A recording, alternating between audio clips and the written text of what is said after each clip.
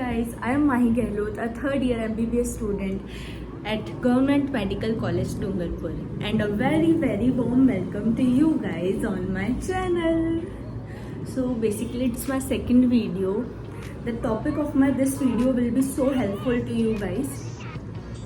Should you take subscription in MBBS second year or not? So let's start the video. So I hope the last video I made on books you must buy would be helpful to you guys. So the motive of making this video was that students get so confused कि subscription कौन से year में लेना चाहिए, second year में लेना चाहिए, third year में लेना चाहिए, फोर्थ ईयर में.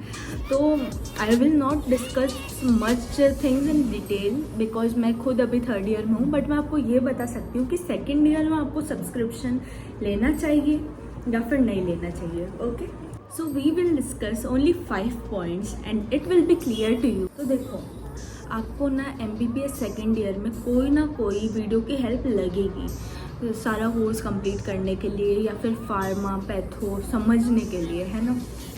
तो आप सोचोगे कि YouTube पे जो फ्री वीडियोस अवेलेबल है उनसे हम पढ़ लेंगे. बट अगर आपके पास एक प्रॉपर शेड्यूल हुआ ना, मतलब शेड्यूल्ड वीडियोस कि आपको कैसे स्टार्ट करना है, कौन सा चैप्टर फर्स्ट पढ़ना है, या फिर जब अपन अगर किसी चीज़ में कोई इनपुट दे देते हैं ना तो फिर अपने ऊपर एक प्रेशर क्रिएट हो जाता है कि आपको कोई ना कोई आउटकम लाना ही है. तो अगर आप थोड़ा सा इन्वेस्ट कर दोगे सब्सक्रिप्शन लेने में तो मतलब अच्छा पढ़ने का या फिर कुछ अच्छा आउटकम लाने का आपके ऊपर एक प्रेशर बिल्डअप हो जाएगा. तो वो जो प्लासिबो इफ़ेक्ट रहेगा ना आपके ऊपर, वो बहुत ज़्यादा ज़रूरी है. इसलिए फर्स्ट पॉइंट यही रहेगा मेरा कि आप किसी चीज़ में कोई इनपुट दो तो ही आपको आउटपुट मिलेगा. So my second point will be, जब अपन YouTube से पढ़ते हैं तो we get confuse between so many teachers कि अपन को किससे पढ़ना है. तो अगर आप कोई सब्सक्रिप्शन लोगे तो आपके पास एक प्रॉपर टीचर होगा और उसको फॉलो करना आपकी ड्यूटी होगी. तो आप ज़्यादा कन्फ्यूज़ नहीं होगे और जितना कम कंटेंट होता है ना उतना ज़्यादा अच्छा आउटपुट आता है. तो आई विल सजेस्ट कि आप कोई ना कोई सब्सक्रिप्शन लो ताकि आप एक ही टीचर को फॉलो करो और फिर अच्छा ही रहेगा. मतलब third point will B so important कि अगर आप शुरू से किसी सब्सक्रिप्शन से पढ़ते हो ना तो आपको मतलब PG में काफ़ी इजी हो जाता है. थर्ड ईयर में आने के बाद आपको कोई ना कोई सब्सक्रिप्शन लेना ही है, वापस से आप सेकेंड ईयर पढ़ोगे कभी ना कभी. तो अगर आप पहले ही उसी टीचर से पढ़ोगे, है ना, और फिर वापस हायर ईयर्स में आने के बाद आप वापस उसी टीचर की वीडियोस पे जाओगे, वही क्वेश्चन वापस सॉल्व करोगे, उसी वे से वापस पढ़ोगे, तो आपके लिए कितना इजी हो जाएगा. मतलब आपके लिए वो डबल टाइम से रिवीजन रहेगा. जस्ट कि आप एक बार में कोई एलीट प्लान मत लो, आप एक बार ट्राई करो 6 to 7 मंथ्स का कोई प्लान लेके और आप ट्राई करो ताकि आपको थर्ड ईयर में फिर क्लैरिफाई रहे कि आपको प्रेप लेना है, मैरो लेना है, सेरिबेलम लेना है. तो फर्स्ट आप कोई भी प्लेटफॉर्म पे एक बार ट्राई करो कि आपको क्या लेना है. थोड़े मंथ्स के लिए लो, आप पढ़ना सीखो कि सब्सक्रिप्शन से कैसे पढ़ते हैं, और फिर हायर ईयर्स में आने के बाद अगर आपको वही सही लगा हो तो आप वापस वही ज्वाइन कर लो. और we will talk about microbiology. तो माइक्रोबायोलॉजी ऐसा लगता है कि बहुत इजी सा सब्जेक्ट है और फिर एंड में आके 2 दिन पहले पढ़ के और अच्छे नंबर आ जाएंगे. बट ना, मेरी जो फ्रेंड्स हैं मतलब जो बहुत ही अच्छा पढ़ते हैं, तो उन्होंने भी किसी टीचर की वीडियोस को फॉलो किया था और उससे उनका रिजल्ट, उनकी अंडरस्टैंडिंग काफ़ी अच्छे बिल्डअप हो गई थी. तो अगर आप कोई प्लान लोगे तो माइक्रोबायोलॉजी को आपको ऐसे पढ़ेंगे, like they will complete the bacteriology part, then they will complete the virology part. तो ऐसे करके ना आपका कोर्स काफ़ी जल्दी कंप्लीट हो जाएगा और आपकी अंडरस्टैंडिंग जल्दी बिल्ड होगी.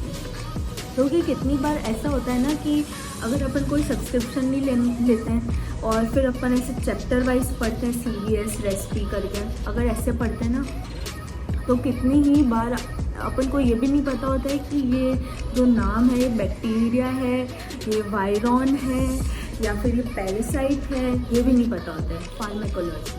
फार्मेकोलॉजी में सब्सक्रिप्शन क्यों ज़रूरी है? जब आपको कोई टीचर बताएगा ना कि इस ड्रग का मैकेनिज्म ऑफ एक्शन क्या है, पूरा प्रॉपर बताएगा ना, तो ही आपको वो अंडरस्टैंडिंग बिल्डअप होगी. आप ऐसे अगर रटने की कोशिश करोगे तो फिर उस चीज़ का कोई भी सेंस नहीं रहेगा.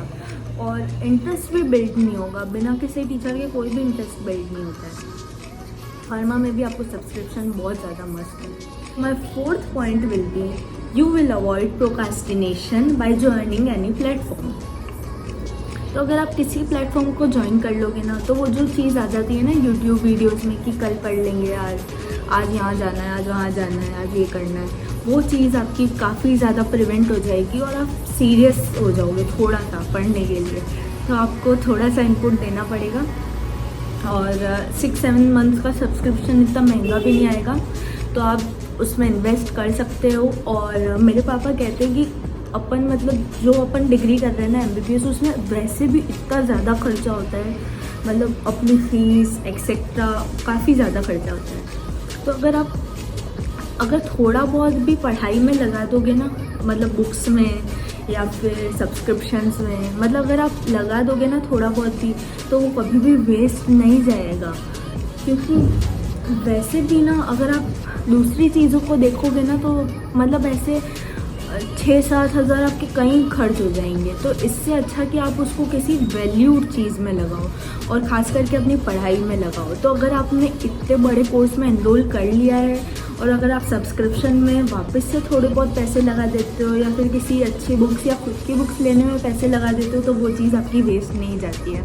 तो आई होप आपको मेरी वीडियो से ये चीज़ समझ आई होगी कि आपको क्यों सब्सक्रिप्शन लेना चाहिए, कैसे कैसे वो आपके दूसरे सब्जेक्ट्स में आपकी हेल्प करेगा, कैसे प्रोकास्टिनेशन प्रिवेंट होगी, कितना ज़्यादा इम्पॉर्टेंट है किसी प्लेटफॉर्म को फॉलो करना, और कैसे आपकी पढ़ाई में सीरियसनेस बिल्ड होगी।